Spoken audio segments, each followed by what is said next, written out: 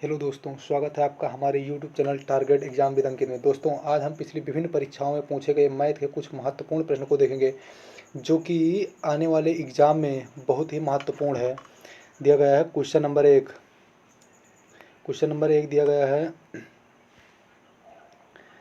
Under root 1 plus x अपान 144 under root 1 plus x बटे 144 बराबर 13/12 ये दिया गया है।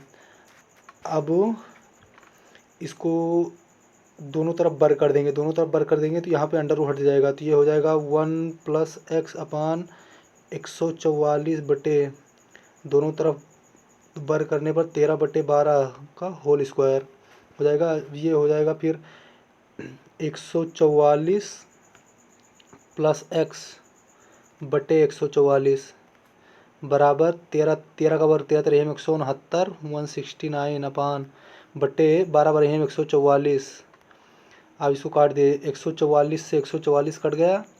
अब ये हो जाएगा x बराबर 169 माइनस 144 169 माइनस 144 बराबर x बराबर हो जाएगा 25। ये हो जाएगा 25, तो ऑप्शन नंबर डी। वैसे तो कुछ लोग डायरेक्ट भी इसका आंसर निकाल देते हैं। 13/12 लिखा गया है ये, तो दोनों को ऐड कर देंगे, 13 और 12 25 और आंसर मार देंगे, लेकिन हर जगह ये सक्सेस नहीं होता है। क्वेश्चन नंबर 2 दिया गया है, यदि दो गोलों की त्रिज्याओं का अनुपात 2:3 है, उनके पृष्ठीय क्षेत्रफल का अनुपात क्या होगा? तो त्रिज्या का अनुपात R1 अनुपाते R2 बराबर 2:3 दिया गया है, 2:3। तो पृष्ठीय क्षेत्रफल, गोले का पृष्ठीय क्षेत्रफल होता है 4πr स्क्वायर। तो R1 अनुपाते R2, ये 4πr स्क्वायर ये लिखा है 4πr स्क्वायर। आर इसका दिया गया है 2, तो 2 का स्क्वायर अनुपाते, अब इसमें 4π और r दिया गया है 3, तो 3 का स्क्वायर। 4π से 4π कट गया, 2 का स्क्वायर 4 और 3 का स्क्वायर 9, तो इसका पृष्ठीय क्षेत्रफल हो जाएगा 4:9। Option number C. Question number 3, 120 gram चावल का क्रय मूल्य उसके 150 ग्राम के विक्रय मूल्य के समान है, तो हानि प्रतिशत क्या है? 120 ग्राम चावल का क्रय मूल्य मतलब सीपी जो है वो 120 और एसपी सेलिंग प्राइस 150, विक्रय 150 ग्राम के विक्रय मूल्य के समान है। तो इसको काट दीजिए, रेशियो इसको काटेंगे तो यहाँ पे आ जाएगा, ये 30 से काटेंगे, 30 चौका 120 और 30 पंचे 150। अब इसको रेशियो में कर दीजिए तो ये हो जाएगा 5 और 5:4। अब दोनों का अंतर कितना? 1। 5 की वस्तु है कोई और 4 रुपये में बेची जाती है, तो कितने प्रतिशत का हानि हुआ? 1 की हानि हुई, कितने पर हानि हुई? 5 पर, तो 1/5 गुणे 100। अब इसको काट देंगे तो ये हो जाएगा 20%। 20% की हानि हो रही है। Option number B. Question number 4 दिया गया है, x plus 77, x plus 7, x plus 5, x plus 3 और x माइनस 2 का माध्य ज्ञात कीजिए। माध्य बराबर होता है इसे औसत, इन सबका औसत निकालना है। तो औसत बराबर होता है जो सभी संख्याओं में हो, तो x सभी संख्याओं, तो x को पहले लिख लेंगे, तो x प्लस और इन सबको संख्याओं को जोड़ लेंगे, तो ये हो जाएगा 77 और 7 84, 5 89, 3 92, और यहाँ पे माइनस है तो 92 माइनस 2 ये हो जाएगा 90। और कितनी संख्या है? 1 2 3 4 5, 5 से भाग दे दीजिए इसको, तो 90/5 ये हो जाएगा 18। तो इसका आंसर x प्लस 18 हो जाएगा, इसका आंसर हो जाएगा x plus 18। Option number C. Question number 5 दिया गया ए और बी एक साथ कार्य करते हुए एक कार्य को 10 दिन में पूरा कर सकते हैं। सी अकेले उसी कार्य को 14 दिनों में पूरा कर सकता है। यदि ए बी सी एक साथ कार्य करते हैं तो उसी कार्य का 3/5 भाग पूरा करने में कितने दिन लगेंगे। ए और बी जब एक साथ कार्य करते हैं तो 10 दिन में पूरा कर सकते हैं।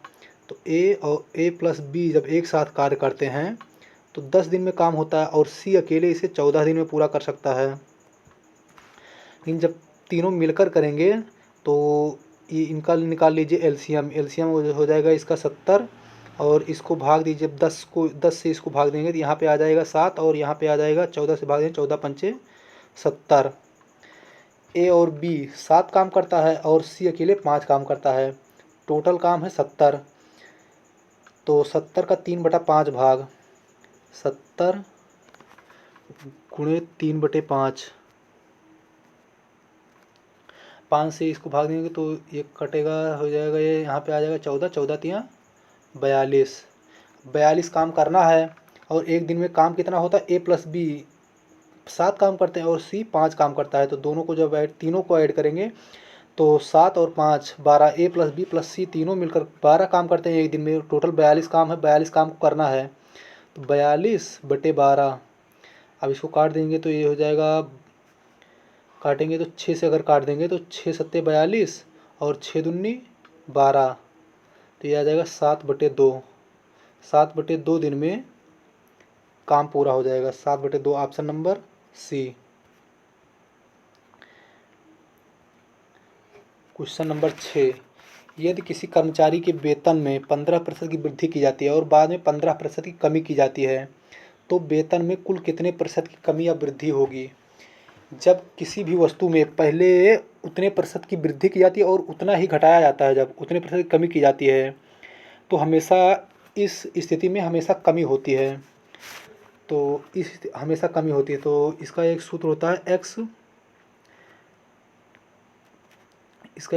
स्क्वायर बटे 100। तो ये हो जाएगा 15 का स्क्वायर 225 प्रतिशत कमी बराबर होता है एक्स स्क्वायर बटे 100। तो हो जाएगा 225/100। अब इसको काट देंगे तो ये हो जाएगा 2.25। 2.25% की कमी होगी। Option number D. इसका ये सूत्र होता है एक्स स्क्वायर बटे 100 प्रतिशत कमी बराबर प्रतिशत कमी।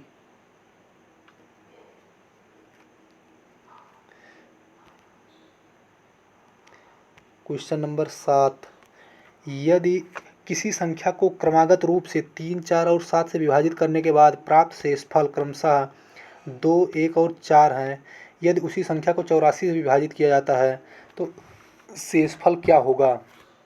अब किसी संख्या को तीन क्रमागत रूप से संख्या है 3, 4 और 7 संख्या है। अब इनको जब इनको विभाजित किया, कोई संख्या को इससे विभाजित किया जाता है तो क्रमशः इनका शेषफल आता है 2, 1 और 4। अब इसको निकालने का देखिए, ये इसको ऐड कर दीजिए 11 हो जाएगा। 11 को अगर 7 से भाग देंगे तो 4 शेषफल आएगा। अब इसका गुणा कर दीजिए यहाँ पे जब गुणा करें 11 चौक 44 और प्लस 1 यहाँ आ जाएगा 45। अब 45 तियाँ 135 और प्लस 2 137। ये संख्या है 137 ऐसी संख्या है जिससे 3 से अगर भाग देंगे तो 2 शेष आएगा, 4 से भाग देंगे तो 1 शेष आएगा और 7 से भाग देंगे तो 4 शेष आएगा। तो 137 है। अब 137 अब बताया गया है कि उसी संख्या को अगर 84 से भाग दिया जाए तो शेषफल क्या आएगा।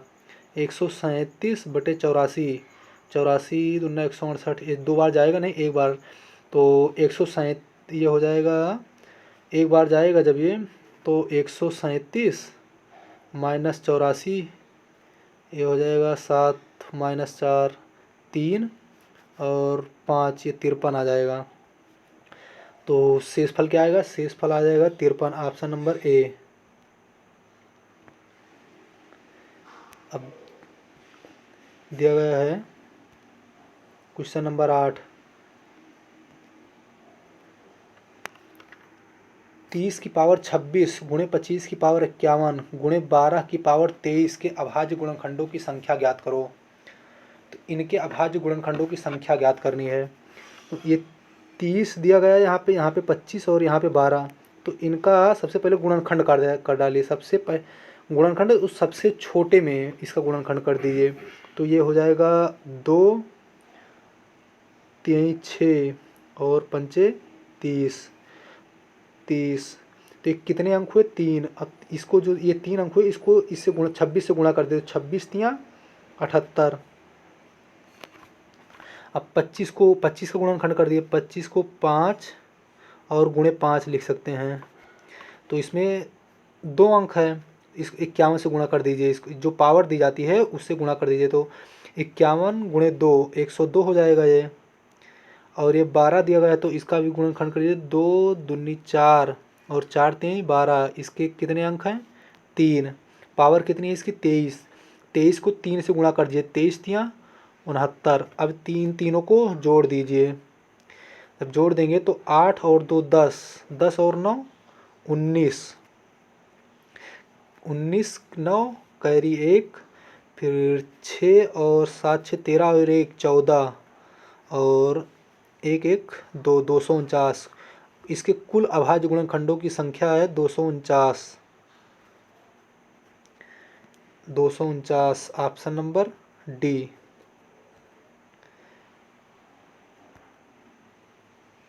क्वेश्चन नंबर 9, √2p² दिया गया है। √2p² + 4 का मान ज्ञात करो। यदि एक 6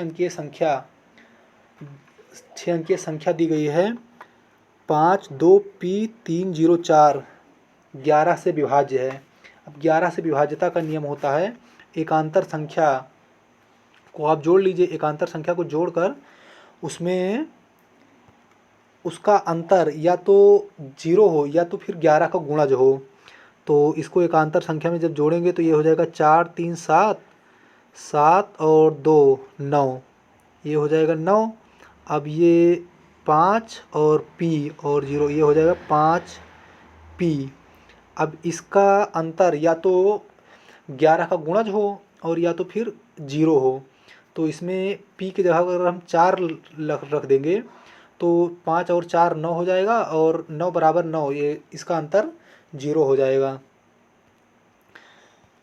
जब इसका अंतर 0 हो जाएगा तो इसको हम p की जगह पे 4 लिख सकते हैं।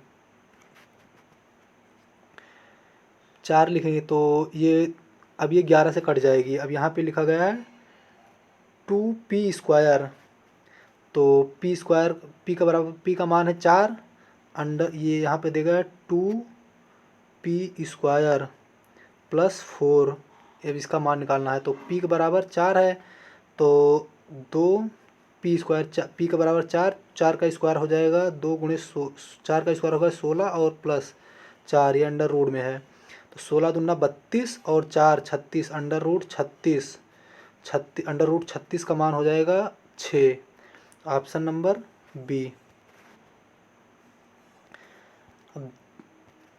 क्वेश्चन नंबर 10, यदि a + b = 27 और ab = 140 तो a³ + b³ का मान ज्ञात करो। a + b = 27 है और ab = 140 है। तो a + b, अब ये जो 140 दिया गया है इसका गुणनखंड कर डालिए सबसे छोटा तक। तो 140, अब इसको 2 से जब काटेंगे तो ये आ जाएगा 70। अब फिर इसको 2 से काट दीजिए, अब ये आ जाएगा 35। फिर इसको 5 से काट दीजिए, ये आ जाएगा 7। अब इस 7 से काटेंगे यहाँ पे आ जाएगा 1। अब इन गुणनखंडों को गुणा करके इस तरह जोड़ना है कि जोड़ने पे 27 आ जाए और गुणा करने पे 140 आ जाएगा। तो 5 दूनी 10, 10 दूना 20, 20 और ये 7 है तो 20 + 7 27 हो जाएगा और 20 सत्ते 140 हो जाएगा। यहाँ अगर इसको और इससे गुणा करेंगे तो 140 आएगा और 20 और 7 को जोड़ेंगे 27 हो जाएगा। अब दिया गया है ए क्यूब प्लस बी क्यूब। अब 20 का क्यूब और प्लस 7 का क्यूब निकालना है आपको। तो 20 का क्यूब 20 विषयम 400 गुणे 20 बराबर ये हो जाएगा 8000। 8000 और 7 का क्यूब होता है 343। 7 7 49 7 343 प्लस 343। अब इसको दोनों को जोड़ दीजिए तो ये हो जाएगा 8। जोड़ेंगे तो यहाँ पे 343 और जोड़ देंगे 8343। 8343 इसका आंसर आ जाएगा। Option number D 8343। ये रहे कुछ मैथ के महत्वपूर्ण सवाल जो कि पिछली विभिन्न परीक्षाओं में पूछे गए हैं।